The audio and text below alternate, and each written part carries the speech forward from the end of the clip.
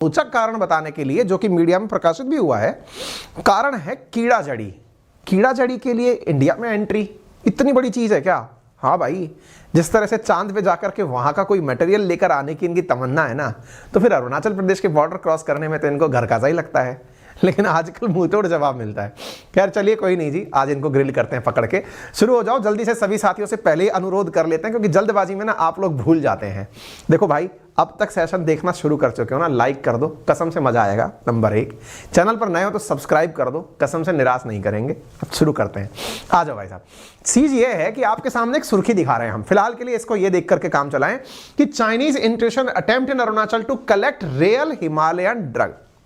Rare Himalayan herb है जिसको लेने के लिए ये लोग आते हैं। इस बात पर हम आएंगे, लेकिन एक बार जब हमने कहा है कि इनका अच्छे से एक बार के लिए मामला निकाल लिया जाए तो चर्चा करते हैं। घटना है जनाब 13 दिसंबर को सुर्खियों में प्रकाशित होना शुरू हुआ कि भारत और चीन के बीच में फिर एक बार मुठभेड़ हो गई है। सैनिक आपस में एक दूसरे से भिड़ गए हैं। जानकारी मिलती है चीन की तरफ से कि नहीं साहब, हमने कुछ नहीं किया था। 9 दिसंबर की बात है, भारतीय सेना क्रॉस करके हमारी तरफ आई थी। हमने कहा नहीं भाई, हमारे अंदर ये आदत नहीं है, पहले हम छेड़ते नहीं है, बाद में हम छोड़ते नहीं है। खैर कोई नहीं जी, इन्होंने अपनी तरफ से सफाइयां भेजना शुरू किया। इन्होंने कहा कि अरुणाचल प्रदेश का जो तवांग क्षेत्र है वहां पर हमने एंट्री मारी थी। तवांग सबको पता है कि तुम लेकर के उसको कंफ्यूजन पाले रखते हो कि तिब्बत के नाम पर कहीं तवांग में भी हमारी एंट्री ना हो जाए। बाय द वे, जिन्हें नहीं पता है मैं बता दूं कि चीन के साथ भारत 4056 किलोमीटर के आसपास लंबी सीमा साझा करता है और इसमें एलएसी के 3 टुकड़े हैं, 3 क्षेत्र हैं, यानी कि 3 भागों में बांट सकते हैं। पश्चिमी सेक्टर, मध्य सेक्टर और पूर्वी सेक्टर। पूर्वी सेक्टर में अरुणाचल प्रदेश और वहीं पर है तवांग, जहां की यह घटना 9 दिसंबर को हुई थी। 9 दिसंबर के बाद 13 दिसंबर को प्रकाशित हुई। धीरे धीरे भारत ने भी कहा कि देखो अब हम वो वाले भारत नहीं बचे हैं जो 1962 में आपकी चिपड़ी चिपड़ी बातों में आ गए।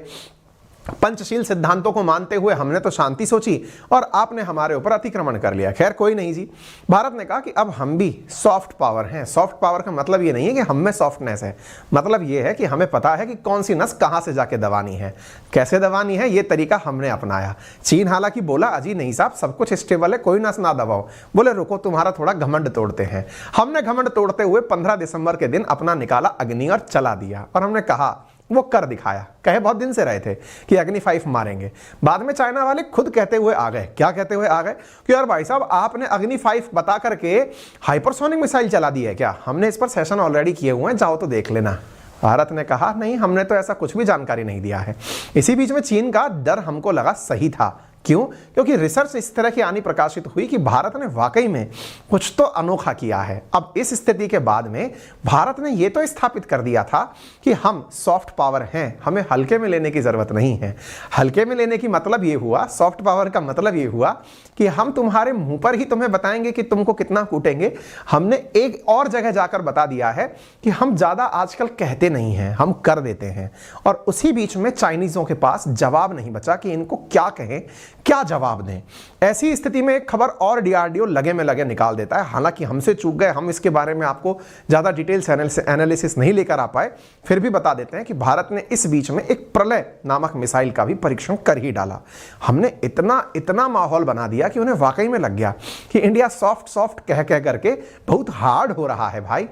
अब जब इतना सब कुछ हो ही रहा था, यहां तक कि चाइनीज फॉरेन मिनिस्टर आकर के बोलते हैं कि नहीं साहब, इंडिया के साथ बहुत कुछ स्टेबल है, रिश्ते बहुत सामान्य तरीके से चल रहे हैं, तो फिर एक बहुत लॉजिकल सवाल बनता है। लॉजिकल सवाल यह बनता है, यार भाई साहब तुम फिर आए क्यों थे?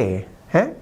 मोदी जी का ये जो उंगली बना हुआ निशान आपको दिख रहा है, फीलिंग आती है कि फिर भाई तुम आए क्यों थे यार? हैं?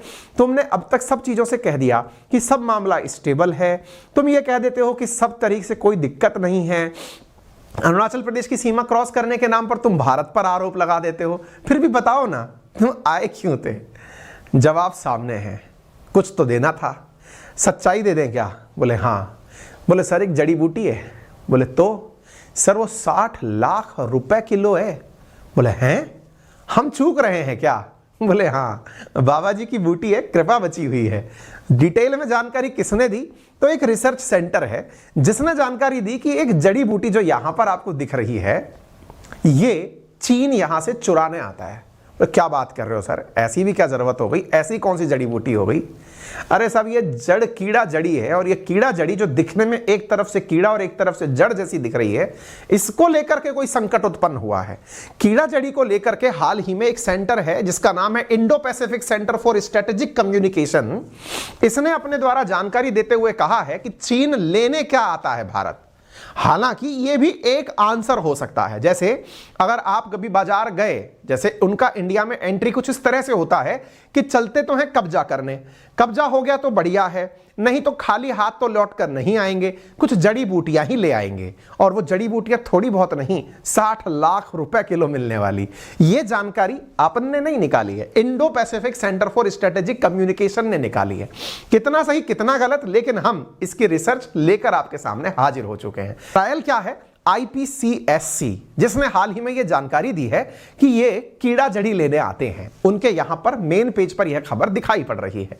क्या है ये कहानी, कौन है ये IPCSC? आइए मैं बताता हूं साथियों। IPCSC Indo Pacific Centre for Strategic communication नाम से एक सेंटर है जो कि एक थिंक टैंक की तरह काम करता है। थिंक टैंक का मतलब क्या होता है जरा मैं बता दूं।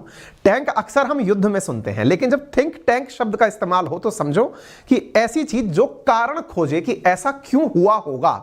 अगर थिंक टैंक ऐसा काम करते हैं तो इनके अनुसार जानकारी निकल कर आती है कि ये लोग ये सारा काम एक कॉर्डिसेप्स नामक चीज के लिए किया। आप कहेंगे ये कॉर्डिसेप्स क्या है? अभी तक तो कीड़ा जड़ी कह रहे थे जनाब।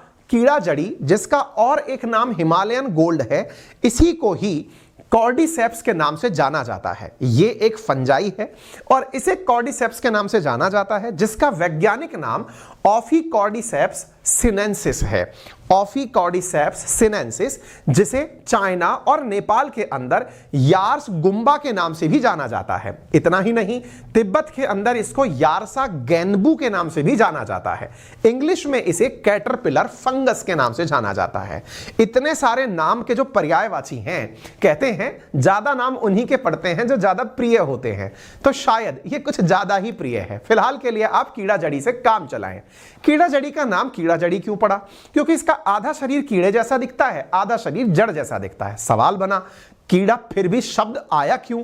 इसके पीछे का कारण जान लीजिए। एक विशिष्ट प्रकार की कीड़ा है, एक विशेष प्रकार की फंगस है जो पाई जाती है हैपिलस फैब्रिकस नाम के एक कीड़े की झिल्लियों के ऊपर। ये एक कैटरपिलर टाइप का कीड़ा है जिसको मारकर उसके ऊपर फंगस पनपती है। आसान भाषा में कुछ ऐसे समझने का प्रयास करते हैं, हमारे अचार खराब हो जाते हैं तो उनके ऊपर फंगस पनपती है, और थोड़ा आसान कर ले तो गाय के गोबर के ऊपर मशरूम पनपती है। कुछ वैसे ही समझ लीजिए कि एक कीड़ा है जिसके मरने के बाद में उसके ऊपर फंगस पनपती है। ये रहा पीले भूरे रंग का फंगस। ये दिखती कैसे है? ये कुछ इस प्रकार से दिखती है। जमीन के अंदर फंगस, जो कि रियल जमीन के अंदर यह कैटरपिलर जैसा कीड़ा, और इसी के ऊपर निकली हुई जड़ असल में हिमालयन क्षेत्रों के अंदर पाई जाती है। अगर आप इसे ध्यान से देखें तो यह ज्यादा लंबी दिखाई नहीं देती है।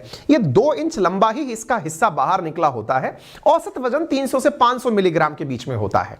मैंने आपसे कहा था ना, अभी धीरे धीरे तो इंटरेस्ट बढ़ने वाला है जब आपको यह पता चलेगा कि आरोप तो यह भी है कि चीन के एथलीट्स इसे डोपिंग में इस्तेमाल लेते हैं।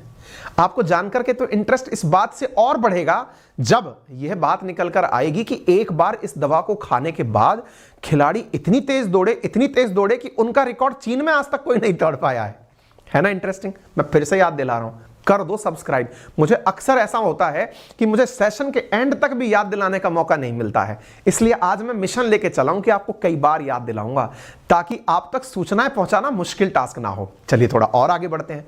तो जनाब बात ऐसी है कि नेशनल लाइब्रेरी ऑफ मेडिसिन के हिसाब से सिक्किम के अंदर 4500 मीटर की ऊंचाई पर यह पाना शुरू होती है। आप में से अगर कोई हिमालय की यात्रा पर गया हो, बाय द वे मैं सूचना आपको दे दूं, यदि आप न्यू ईयर मनाने शिमला की तरफ जा रहे हैं तो थोड़ा केयरफुल हो जाना, पहले कंफर्म कर लेना और गाड़ी खड़ी करने की जगह है या नहीं, क्योंकि वहां पर प्रशासन ने जानकारी दी है कि 3000 के आसपास ही गाड़ियां शिमला में खड़ी हो पाएंगी। पता चले कि आप जाम के अंदर हैप्पी न्यू ईयर मना रहे हो। आगे बढ़ते हैं।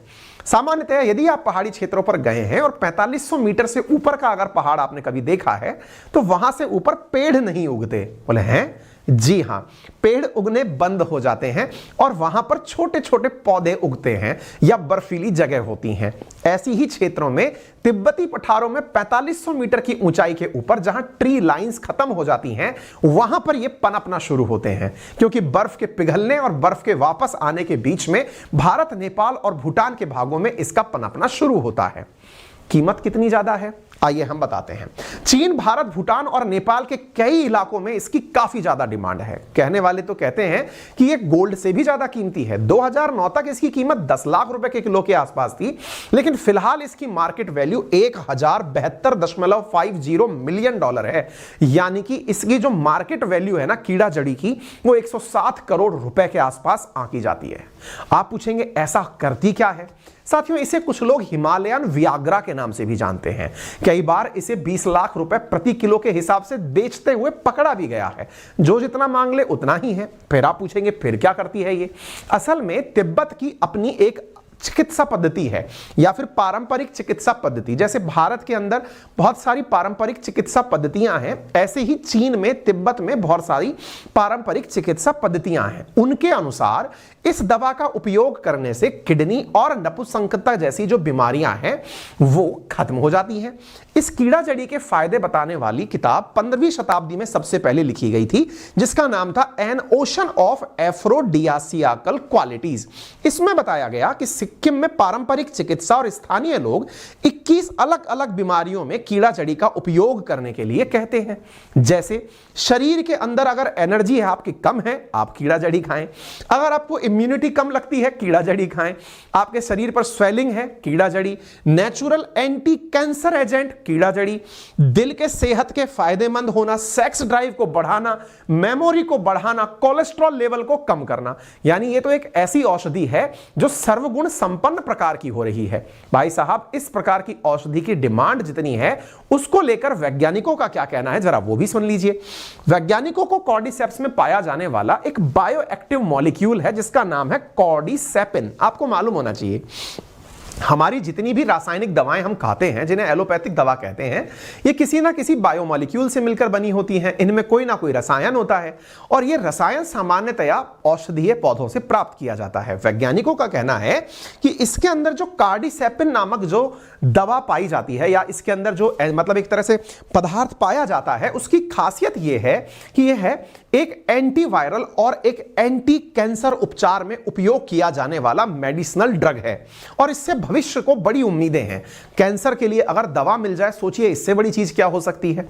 चीन में प्राकृतिक स्टेरॉइड के रूप में इसका एथलीट इस्तेमाल करते हैं। जब यह बात मार्केट में निकलकर आई तो लोगों को बड़ी हैरानी हुई। हेल्थ वेबसाइट हेल्थलाइन के मुताबिक चीन के पारंपरिक चिकित्सा में सदियों से थकान, बीमारी, किडनी इंफेक्शन, सेक्स पावर जैसी चीजों को कम करने के लिए या फिर इनके अवशेषों का उपयोग यहां पर किया गया है। एक जानकारी पहले निकल कर आई थी 2009 की, जहां स्टुअर्ट गार्ड एक वर्ल्ड चैंपियन बना था। उसके आधार पर चैंपियनशिप के दौरान यह बात निकल कर आई कि चैंपियनशिप में 1500 मीटर, 3000 मीटर और 10,000 मीटर वर्ग के महिला एथलीटों ने ऐसे रिकॉर्ड तोड़ प्रदर्शन किए थे कि उसके बाद में लोगों को यह लगने लगा था कि यार ये तो महिला कैटेगरी के रिकॉर्ड हैं ही नहीं, इतने जबरदस्त रिकॉर्ड कैसे बन गए।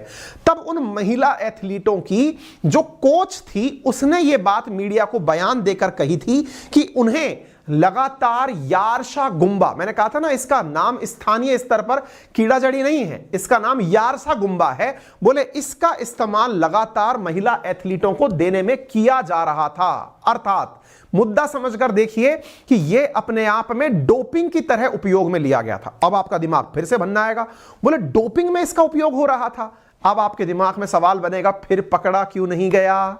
अगर डोपिंग में ही इसका उपयोग था तो पकड़ में आ जाना चाहिए था। तो जानकारी ले लीजिए। इसका सबसे सकारात्मक पॉइंट यह है कि यह डोपिंग में यानी डोप टेस्ट में पकड़ में ही नहीं आता है, क्योंकि यह तो आपके नेचुरल औषधि या दवा की तरह नहीं बल्कि खाद्य पदार्थ की तरह शरीर में विलय हो जाता है, क्योंकि इसके अंदर protein, peptides, amino acids, vitamin B1, B2, B4, B12 जैसी जो चीजें हैं ये यहां पर पाई जाती हैं, जो कि फौरन ऊर्जा देने वाली होती हैं। इस वजह से डोपिंग टेस्ट में इन्हें पकड़ में ही नहीं लाया जा सकता। एक मैं ट्वीट आपके साथ साझा कर रहा हूं, जरा आप इसे देखें। 11 सितंबर 2019 का ट्वीट है। मैं आपको इसलिए दिखाना चाहता हूं कि आप यहां पर 1993 का एक आंकड़ा देख पाएंगे। 1993 की बात बताई गई है कि चाइनीज एथलीट्स ने मार्केट में एक सेंसेशन कवर कर दिया। एक तरह से मतलब लोगों में सूचना का अंबार आ गया कि इन्होंने रिकॉर्ड डिस्टेंस तय की है लॉन्ग डिस्टेंस रन के अंदर। इनके अपोनेंट्स इनके रिकॉर्ड्स को चेज भी नहीं कर पा रहे हैं। इवन जब इनको पूरी तरह से डोप टेस्ट किया गया तो सब कुछ नॉर्मल था। जब यह जानकारी बाहर निकल के आने लगी तो पता चला कि इन सब ने एक विशेष प्रकार की दवा का उपयोग किया था। यह खबर गार्जियन अखबार में भी छपी थी।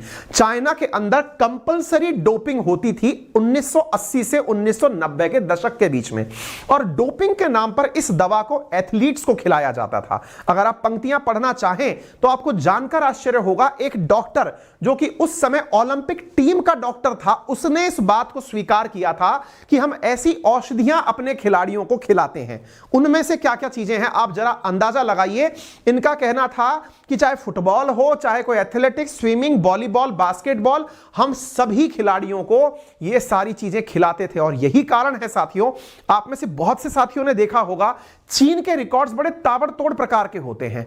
उनकी कदकाठी इतनी मजबूत भी नहीं प्रतीत होती कि वो हर चीज में टॉप कर जाएं, जबकि ओलंपिक्स के रिकॉर्ड अगर आप निकाल कर देखें तो ये बहुत आगे हैं। ऐसे ही आपने रशियंस को देखा होगा, वो तो बेचारे डोपिंग टेस्ट में भी पकड़ में आ जाते हैं और इस कारण से उनको डोपिंग के कारण बाहर भी निकाल दिया जाता है।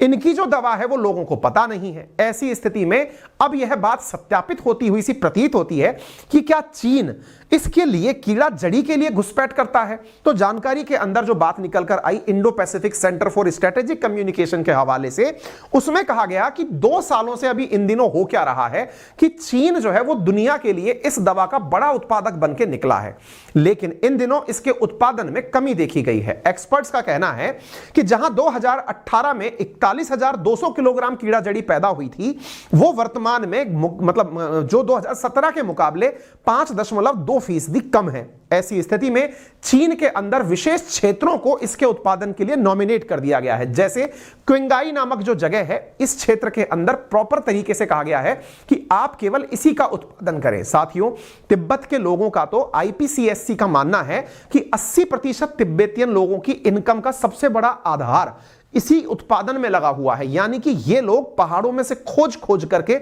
छोटे छोटे से जो कीड़ा जड़ी के पौधे निकल रहे हैं उन्हें निकाल करके अपनी असली कमाई लेते हैं। यानी तिब्बती पठार में रहने वाले लोगों की घरेलू आय का 80% सोर्स इस कीड़ा जड़ी जैसी दुर्लभ पदार्थ से निकल कर आता है।